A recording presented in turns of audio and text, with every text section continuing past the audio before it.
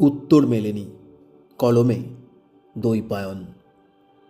আমি তোমাকে শেষ চিঠি লিখেছিলাম আগের বছর শরতের শেষে।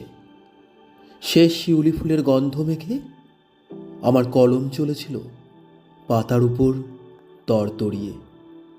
না ফিরে আসার অনুরোধ, না জোড়াতালির চেষ্টা, না কোনো প্রতিশ্রুতির আড়ম্বর।